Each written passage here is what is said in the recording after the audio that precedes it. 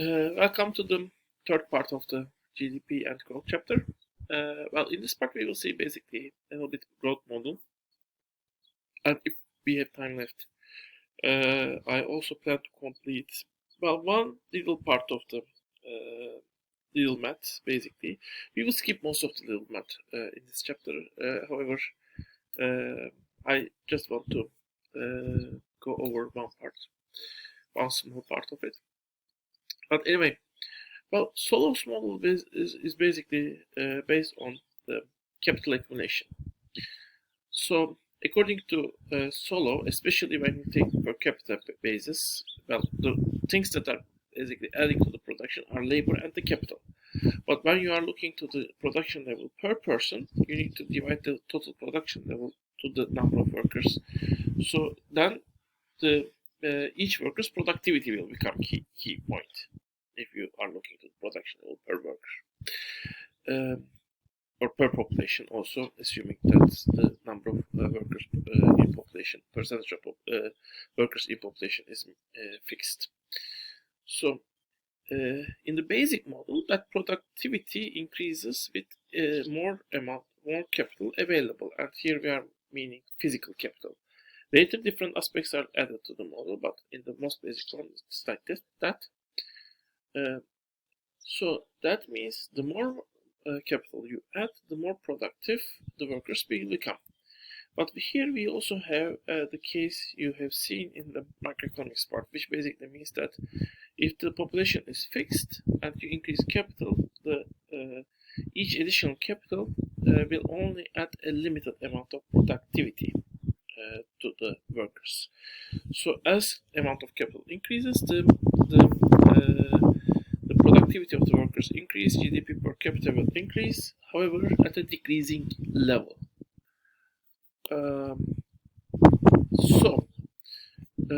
What may change this? One thing that might change is technology. So technology is something that might also add production level. But basically, according to Solo, technology is an exogenous variable, which basically means that it's a variable that's not controlled by economic system itself. It is something that is happening outside of the economic system but affecting the economic system.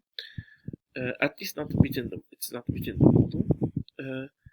And the most important contribution of the Solo's model is it first says the growth rates will slow down as your country becomes more and more advanced. The second thing is, if you assume that technology is equally diffused, if you assume that technology is achievable, available technology is achievable by all countries, including the developing countries, in that case, the investments that are made to the developing countries will bring more return compared with the investments that are made to the developed countries. So basically, with the same level of investments, basically those countries will grow faster, same investment rate, those countries will grow faster. And also the companies, the capitalists have more incentive to go to those countries and invest there basically, instead of investing to developed countries. And according to this model, the developing countries and developed countries in time will converge. They will have a similar, so their difference will basically level off. The developed countries might still always a little bit ahead, providing that they are able to get the same investment rate, especially if there is no capital mobility where investors are not able to go to developing countries. However, that difference will, because they are, as you move up, you are moving more and more slowly, and as you are at the bottom, you move faster. The distance between them will continuously close down. It's you always close the distance, but in the perfect model like this, you always close the distance, but the distance becomes never zero. Like some mathematical paradoxes, basically.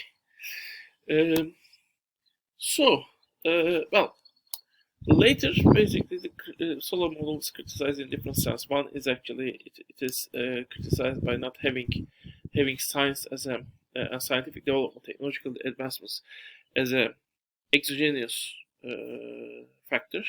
So some economists were aiming to add technology into the model as an endogenous factor, which is something that is created within the economic system itself. Actually, Marx did that in his analysis, but of course, we are talking about mainstream analysis, which is not, which don't want to take anything from Marx.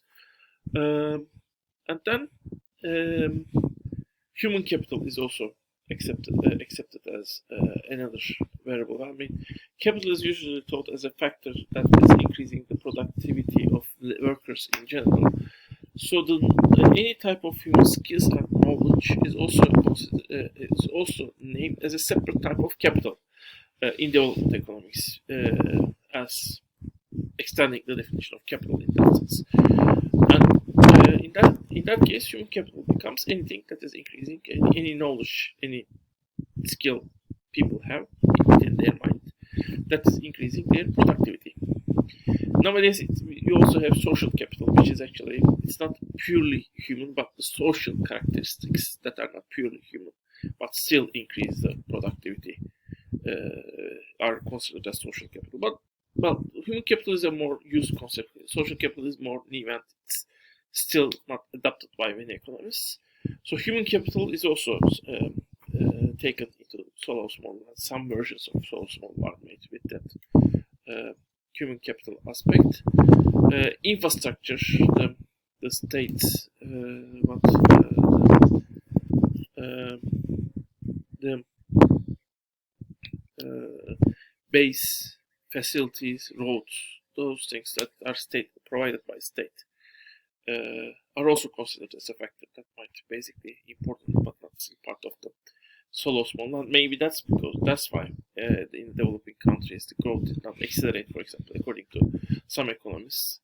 Well, investments are in theory will create higher returns, but if transportation is too bad, that increases the costs.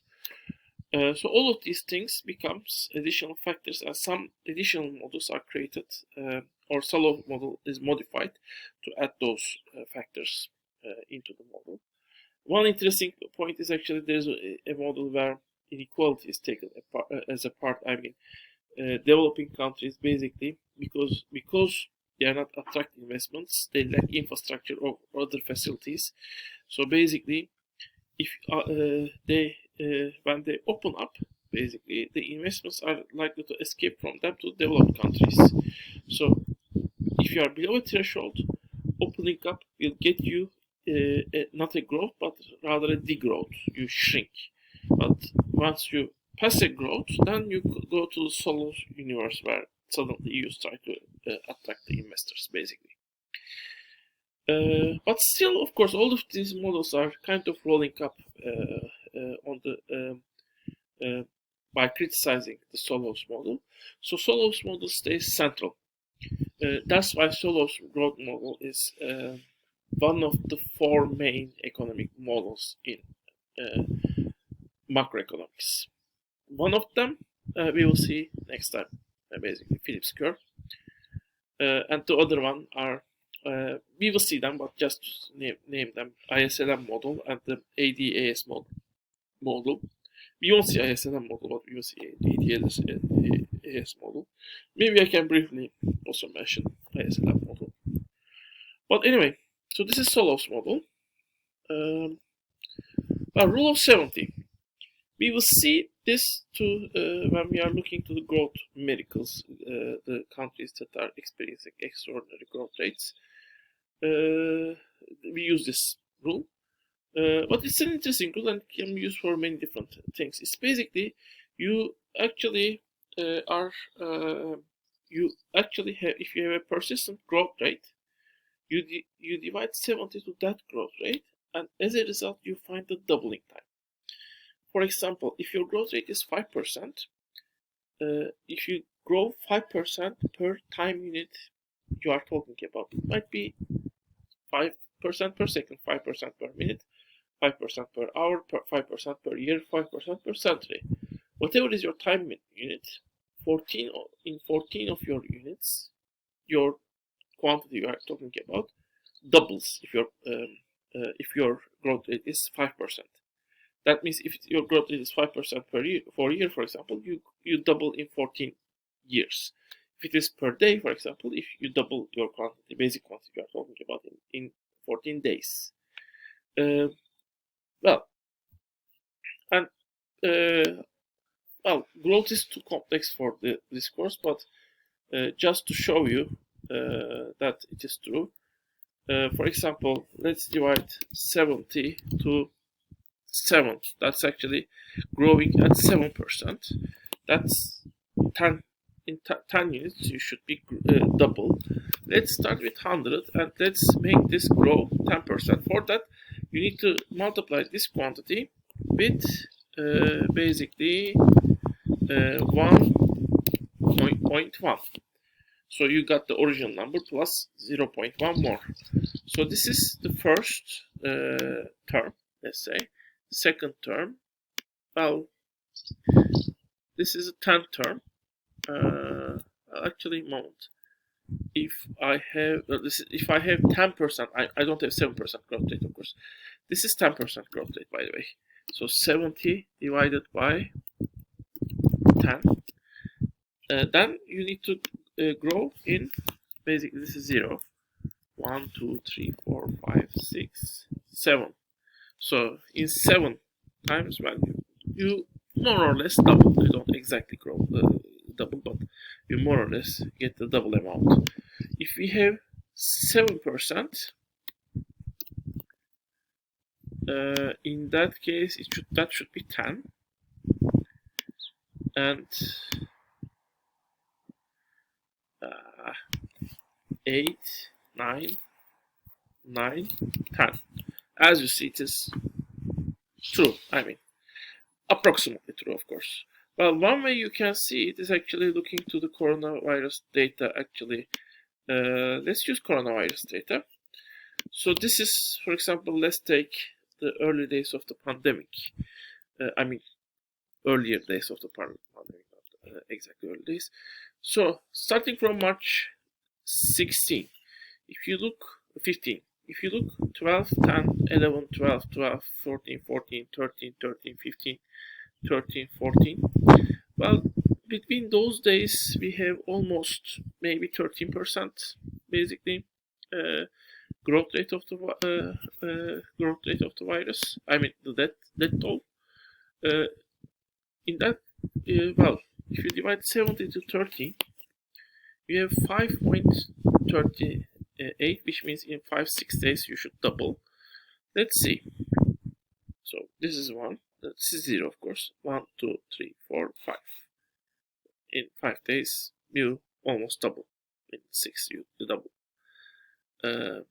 Starting from here, 1, 2, 3, 4, 5.